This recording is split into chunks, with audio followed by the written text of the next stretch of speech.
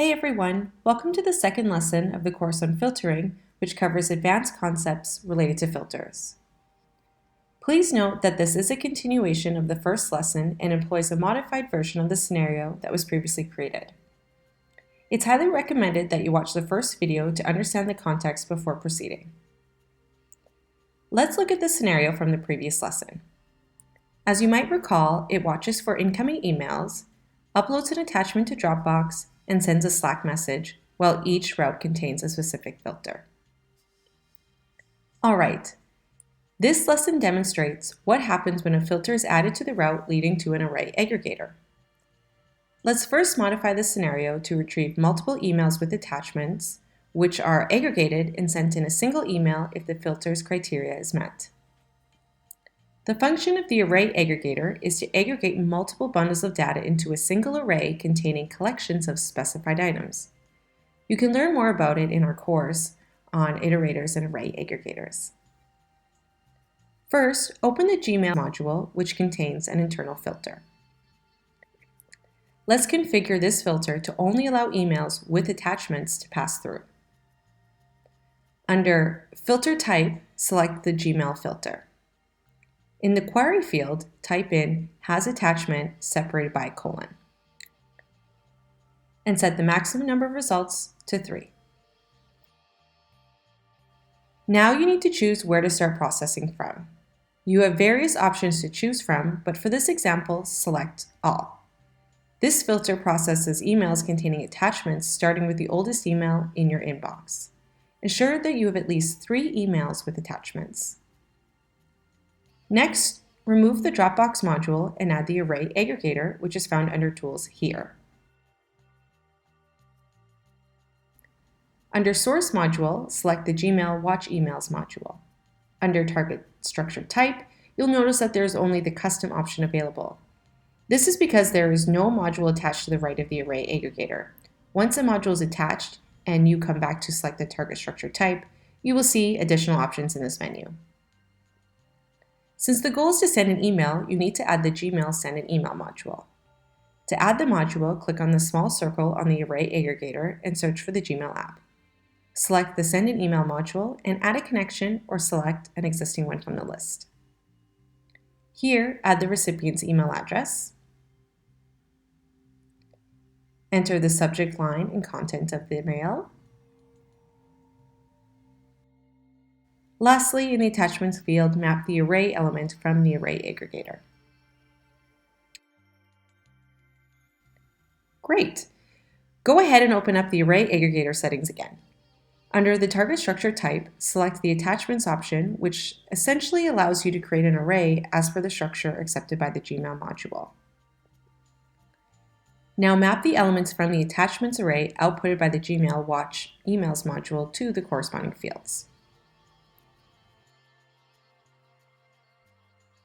All right, you can see that the route leading to the array aggregator is highlighted to distinguish it from the other routes. Now you need to set up a filter on the route between the router and the array aggregator. To keep things simple, set up the same filter that you had in the original scenario in which the subject line must contain honeymoon or holiday. As you did previously, map the subject element, select the contains text operator, and type in honeymoon. Then, click the @or rule, repeat the process, and type in holiday. Let's also remove this filter on the bottom route. Great.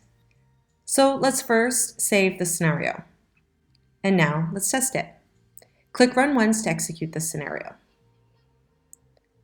All right. Let's open the filter inspector here. You can see that all 3 emails did not meet the filter's criteria. However, the array aggregator as well as the Gmail module were processed. In this case, the bundle contains an empty array and was passed through to the subsequent module.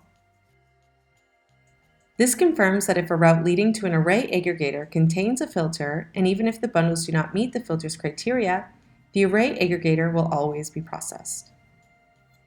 This results in the modules to the right of the array aggregator also being processed. So how do you prevent the modules after the array aggregator from being processed? Well, all you need to do is add another filter on the route between the array aggregator and the Gmail module. The purpose of this filter is to only allow an array whose length is greater than 0 to pass through to the subsequent module. The length of an empty array will always be 0. So map the array length element to the top field, and in the menu under Array Operators, select the Array Length Greater Than option. In the bottom field, enter 0. All right. Let's also add a filter on the route between the Gmail Watch Emails module and the router to see if it produces the same result as the first filter on the above route. Here, use the same honeymoon and holiday condition. Click Run Once to execute the scenario. Okay, if you open the filter inspector of the first filter, again you can see that none of the emails met the filter's criteria and the array aggregator was still processed. In the filter inspector here, you can see that the array length was not greater than 0, therefore the bundle was stopped from proceeding to the Gmail module as intended. It's good to keep in mind that if you mark the bottom route as the fallback route, this route will never be taken since the above route containing the array aggregator is always processed. To learn more about the fallback route, check out the course on routers. The better option would be to add a filter with the opposite condition of the filter on the top route. In this case, the subject does not contain honeymoon or holiday. And that brings us to the end of this lesson. Here's a quick recap. If there is a filter on the route leading to the array aggregator, and even if the bundles do not meet the filter's criteria, the array aggregator will always be processed, resulting in the modules to the right of the array aggregator also being processed. If there is a filter on the route leading to the array aggregator, and if you mark an alternate route as a fallback route, the route will never be taken since the route containing the array aggregator is always processed. And that also concludes the course on filtering. Hope you learned something new. Thanks for watching and happy automating.